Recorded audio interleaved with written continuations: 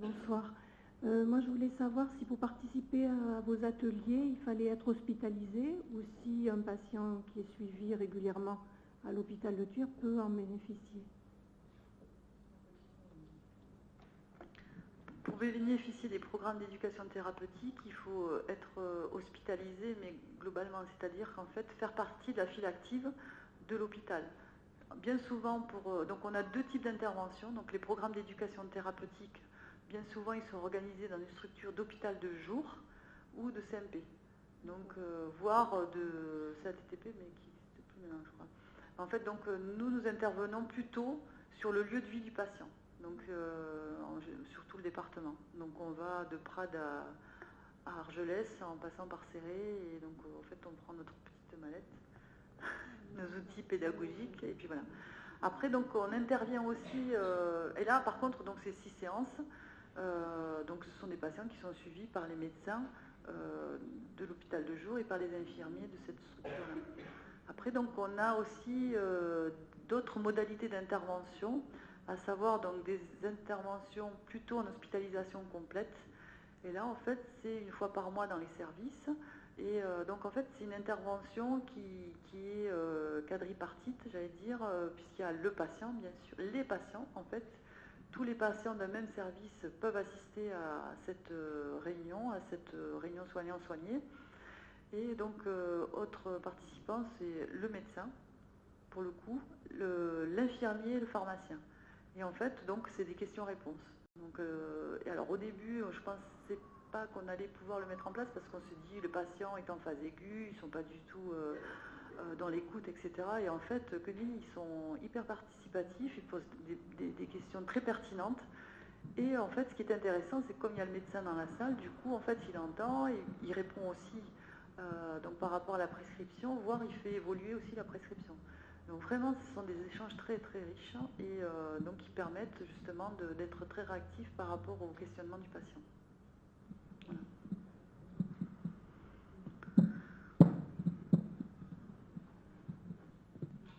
Bonsoir. Je voulais vous demander par rapport aux essais des médicaments quand vous parliez sur les animaux, comment sont démontrés les effets des traitements psychiatriques sur les animaux? En fait, on recrée, alors c'est pas mon point fort forcément, donc en fait on recrée une situation, parce que je crois qu'on crée des rats déprimés, parce qu'en faisant des ablations spécifiques, ouais, ou oui, effectivement, pardon, oui, et des injections de substances aussi actives, ouais, qui recréent en fait la maladie. Par exemple par des substances, comme le dit le docteur Boxus, hallucinogènes, etc. Et donc qui recrée en fait la clinique psychiatrique.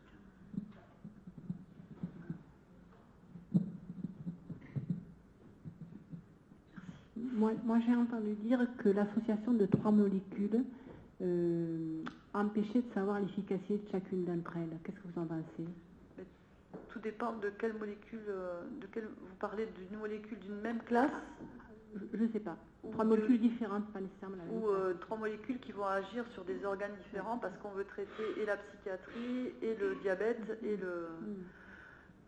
En fait, ce qui se passe, c'est que c'est là où le médecin va prescrire les différentes molécules nécessaires à la prise en charge du patient, et le patient, c'est une entité, donc il peut avoir peut-être une pathologie psychiatrique, mais aussi, donc il peut avoir, et c'est ce qu'on trouve souvent, donc un diabète ou des troubles métaboliques. Et en fait, le médecin devra prendre aussi en compte ces pathologies et prescrire pour ces patients une thérapeutique adaptée. Donc il prescrit, et en fait, ce qui est intéressant, c'est que les prescriptions, les modalités de prescription ont évolué, et donc en fait, on a la possibilité aujourd'hui de prescrire de façon informatisée en utilisant des bases de données. Donc en fait, quand un médecin prescrit, il a les interactions qui apparaissent déjà en premier lieu. Ensuite, donc ça c'est un premier verrou de sécurité. Donc en fait, il va savoir en fonction de... Parce qu'on dit interaction, il y a l'interaction chimique entre médicaments. Par exemple, quand vous mettez 2 injectables dans une même seringue, il peut y avoir une précipitation. Et après, donc, il peut y avoir des interactions au niveau de l'organisme. Par exemple, au niveau du rein, on est très vigilant. Et si vous avez une insuffisance rénale et qu'un médicament est éliminé par le rein, En fait, il va y avoir un blocage de la molécule dans l'organisme, il peut y avoir un surdosage. Donc en fait, on regarde toutes ces interactions donc avec l'organisme et après donc par rapport à l'état clinique du patient. Le deuxième verrou de sécurité, c'est le pharmacien. Donc en fait, toutes les ordonnances passent par le pharmacien qui va valider l'ordonnance. Donc en fait, il se peut qu'il y ait une interaction qui est échappée. Par exemple, ne serait-ce que par exemple les allergies aux médicaments. Donc en fait, nous, dès qu'on voit un antibiotique, donc c'est un psychiatre qui va le prescrire, donc quand il n'y a pas de généraliste, il le prescrit, il peut le prendre en charge, mais il n'aura pas été, en fait, peut-être que dans le dossier n'aura pas été paramétré donc cet antécédent-là. Et du coup, nous, quand on voit antibiotique, de suite, on a le réflexe, on va voir dans le dossier patient et on regarde s'il y a une allergie à l'antibiotique.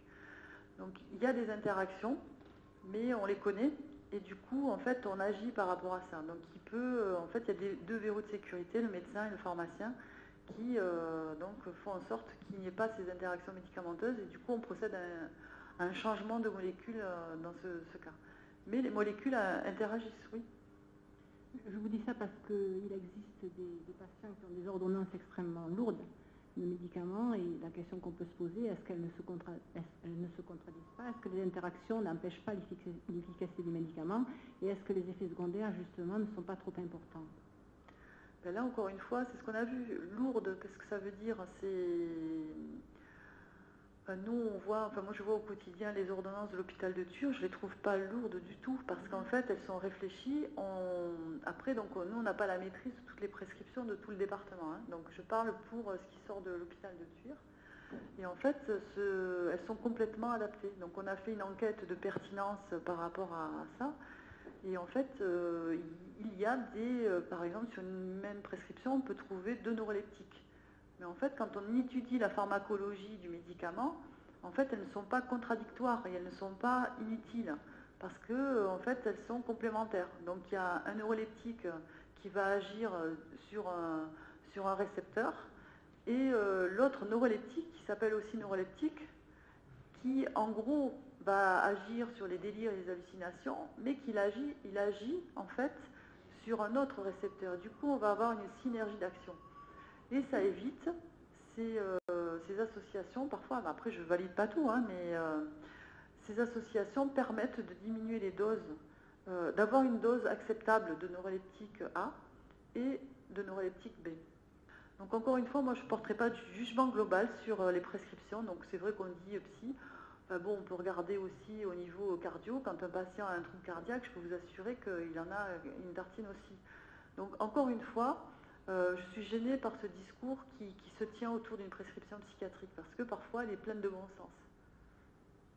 Ce que je voudrais ajouter, je m'excuse de tenir le micro, c'est que je trouve qu'en fait, ce que vous faites, qui est extrêmement intéressant au niveau de l'éducation thérapeutique, je pense que c'est extrêmement peu fait par beaucoup de médecins qui n'ont pas cette formation-là, et que les patients qui vont discuter avec leur médecin des effets secondaires ou du type de prescription, etc., ne sont pas entendus. Ils n'ont pas en face d'eux des médecins capables de discuter avec eux sur cette efficacité, cette utilité de chaque médicament et des effets secondaires de ces médicaments. Et que c'est extrêmement dommage parce que les patients sont extrêmement intéressés par ce discours-là, parce que c'est juste, comme vous le dites très bien, c'est ce qui peut les aider à accepter les prescriptions. Et donc, c'est très peu fait. Et ils ont l'impression que les médecins qu'ils ont en face d'eux sont des médecins prescripteurs et qui ne sont pas du tout à mesure d'être en relation avec eux autour de ce médicament-là. Et puis aussi, l'éducation, le travail thérapeutique par ailleurs. Donc, c'est ça que je regrette beaucoup. Voilà. Oui, moi je me permets d'intervenir parce que j'ai l'impression que dans les consultations en particulier, dans les problèmes de schizophrénie, les 3/4 de la consultation passe à discuter des effets secondaires, de l'utilité du traitement, comment on peut améliorer ces effets secondaires. Donc, je suis un peu étonné de votre remarque.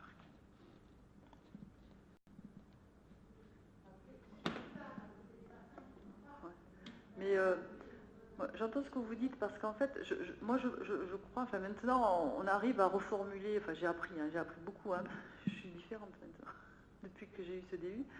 En fait, je pense que sincèrement que le médecin en parle mais que quand il est devant le médecin, le patient n'entend pas forcément. Et donc, il est important de le reprendre dans un autre contexte. Parce que les infirmiers qui suivent les programmes d'éducation thérapeutique assistent aussi aux consultations, ils nous disent, le médecin lui a dit. Il lui a dit il y a 3 jours. Et en fait, il y a des fois, c'est ce qu'on appelle la transmission ne se fait pas. Et du coup, en fait, le patient rapporte qu'on ne lui a jamais dit, etc. Mais en fait, lui, il a la perception qu'il a, c'est qu'en fait, le médecin ne lui a pas dit, or le médecin lui a dit.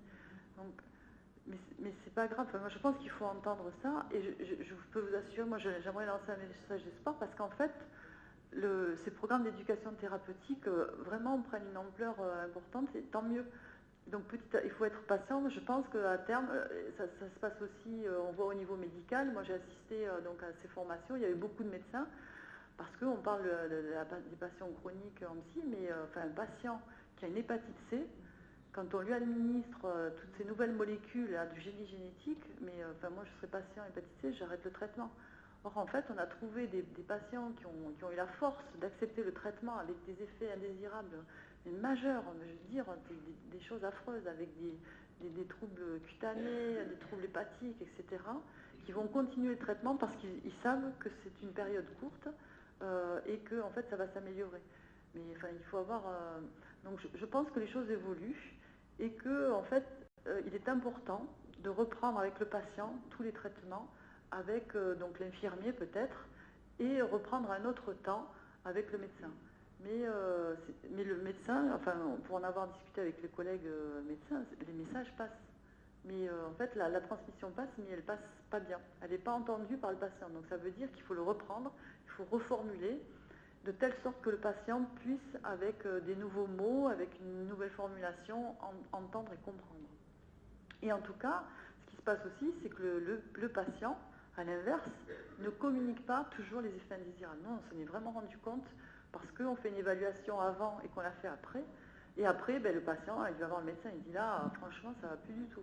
Et du coup, on voit les évolutions de prescription. Donc, je pense qu'il ne faut pas, de la part du patient, il faut aussi qu'il en parle. Et si le médecin, il a la sensation que le médecin ne l'entend pas, à ce moment-là, qu'il passe par l'infirmier ou peut-être par le pharmacien. Oui, moi je voulais dire que le patient, il est courageux. Ah oui.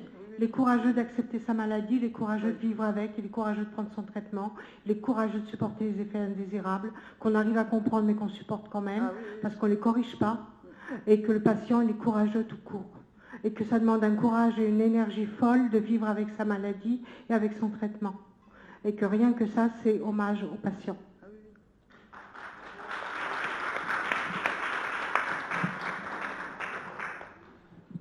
Ce que je voulais comprendre, c'est comment ça se décide de venir par la participation à l'atelier thérapeutique. C'est sur prescription médicale, si j'ai bien compris. Donc, c'est sur la demande du patient ou c'est le médecin sentant qu'il y a quand même une petite résistance au traitement. Bon, je suis d'accord avec Dominique, c'est vrai que c'est quand même une sacrée maladie et qu'il faut y faire face et que ça demande énormément de courage. Maintenant, il y a aussi beaucoup de déni de la maladie et beaucoup de résistance au traitement. Donc, comment ça se décide à ce moment-là En fait, c'est le médecin, c'est aussi les patients qui entendent parler, parce qu'à un moment, on va sur Argelès et du coup, tous les patients qui n'ont pas pu assister ou qui sont arrivés en cours de route souhaitent, ou alors par les infirmiers. Donc c'est vraiment, ça arrive de partout, les demandes.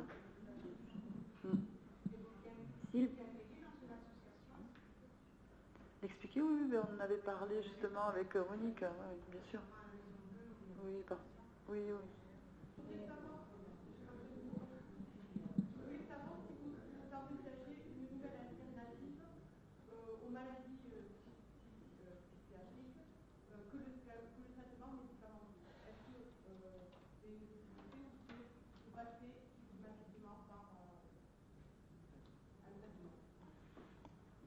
En l'état actuel des choses, la seule façon de traiter la psychose et la schizophrénie reste le traitement médicamenteux. Maintenant, on sait que si on associe à ce traitement médicamenteux des séances de remédiation cognitive, des séances d'éducation thérapeutique, des stimulations cognitive, on améliore aussi le devenir de la maladie et ça permet d'atteindre plus rapidement et de façon plus durable un stade de rémission symptomatique. Et en phase de rémission symptomatique, on peut commencer à essayer de diminuer les doses. Est-ce que vous arrivez à couvrir tous les hôpitaux de jour et les CMP? Est-ce qu'il y a beaucoup de bénéficiaires? Difficile, parce qu'en fait, il y a 3 pharmaciens pour aujourd'hui 1200 patients, donc c'est très compliqué. D'autant qu'en plus, on a un projet dont vous allez entendre parler, puisqu'en fait, on est sur le bon usage du médicament, mais notre souci aussi, c'est de sécuriser le circuit du médicament. Donc, ce qu'on est en train de développer sur l'hôpital de Tuire, c'est donc une automatisation de la préparation des piluliers. Donc, en fait, l'objectif étant que le bon traitement arrive au bon patient, à la bonne dose et au bon moment, avec la bonne forme galénique. Donc du coup, on est vraiment embolisé par ce projet d'automatisation. Maintenant, en fait, il y a toujours, moi du coup, je suis monopolisée par le projet. Maintenant, il y a mon autre collègue Sonia qui continue à prendre en charge ces programmes d'éducation thérapeutique, parce qu'en fait, concernant le médicament, on ne peut pas faire autrement que d'y mettre un pharmacien. Au vu des questions posées, que vous posez aujourd'hui, on le voit bien, et c'est vrai que on ne peut pas déléguer à l'infirmier ce type de prestation de prise en charge. Maintenant, donc on a développé l'autre module d'hygiène alimentaire, et là par contre, on procède différemment. Donc en fait, on est en train de former les infirmiers à ces programmes d'éducation thérapeutique. Et là, pour le coup, parce qu'il y a quand même un gros problème de prise de poids, de mauvaise alimentation. Et donc en fait, l'idée dans ce programme d'éducation, c'est de dire que même avec 5 € par jour, on peut tout à fait manger correctement. Donc on a fait preuve d'imagination, donc on a mis en place des outils très ludiques. Et du coup, les patients se prennent au jeu et finalement, en fait, ils arrivent à faire un pique-nique avec une alimentation diversifiée, avec pas les 5 fruits et légumes, mais presque, tout en allant chercher, en allant faire ses courses à Lidl du coin. Voilà.